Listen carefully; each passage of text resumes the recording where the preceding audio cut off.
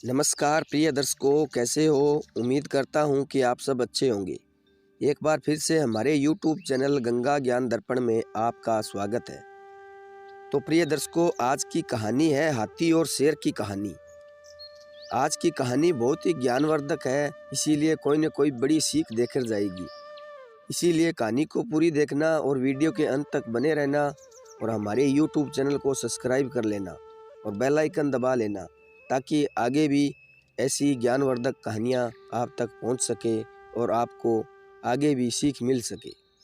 तो प्रिय दर्शकों, एक बार की बात है, एक शेर बैठा बैठा सोच रहा था। उसके पास तेज और मजबूत पंजे और दांत है और वह बहुत ताकत वाला जानवर है।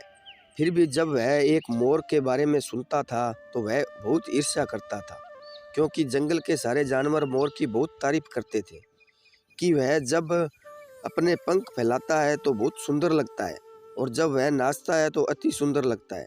यह सारी बातें सुनकर शेर को बहुत ईर्ष्या होती थी।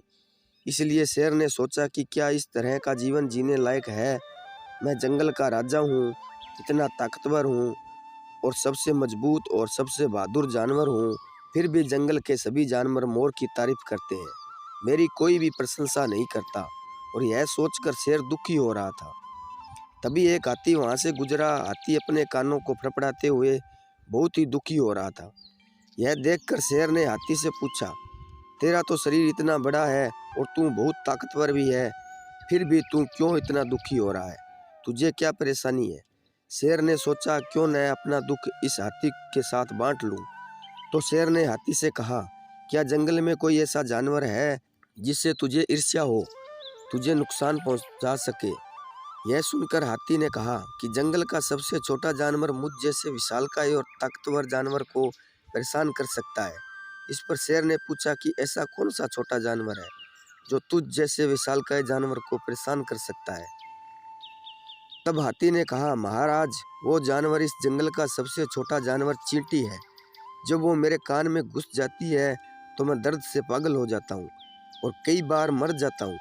तब शेर को समझ आई कि वो मोर तो मुझे परेशान भी नहीं करता, फिर भी मुझे उससे ईर्ष्या है। ईश्वर ने सभी प्राणियों को अलग अलग खूबियाँ और कमियाँ दी है और सारी खूबियाँ एक प्राणी में नहीं हो सकती। शेर समझ गया कि सबसे मजबूत जीवों में भी कुछ कमियाँ और कुछ खूबियाँ होती है।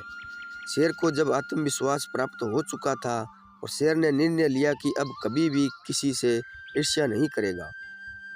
तो प्रिय दर्शकों, हम सभी में कुछ कमजोरियां होती है। हमें उनके बारे में शिकायत करने के बजाय जीवन में अपनी अच्छी और सुखद चीज़ों पर ध्यान देना चाहिए।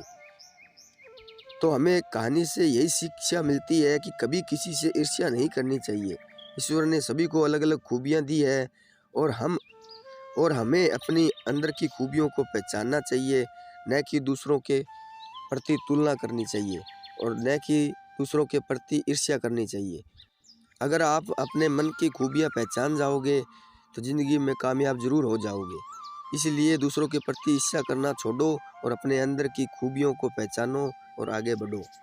तो प्रिय दर्शकों, आपको कहानी कैसी लगी? उम्मीद करता हूँ कि आपको अच्छी लगी होंगी। तो मिलते हैं अगली कहानी में, तब तक अपना ख्याल रखना। जय श्री कृष्णा, धन्यवाद।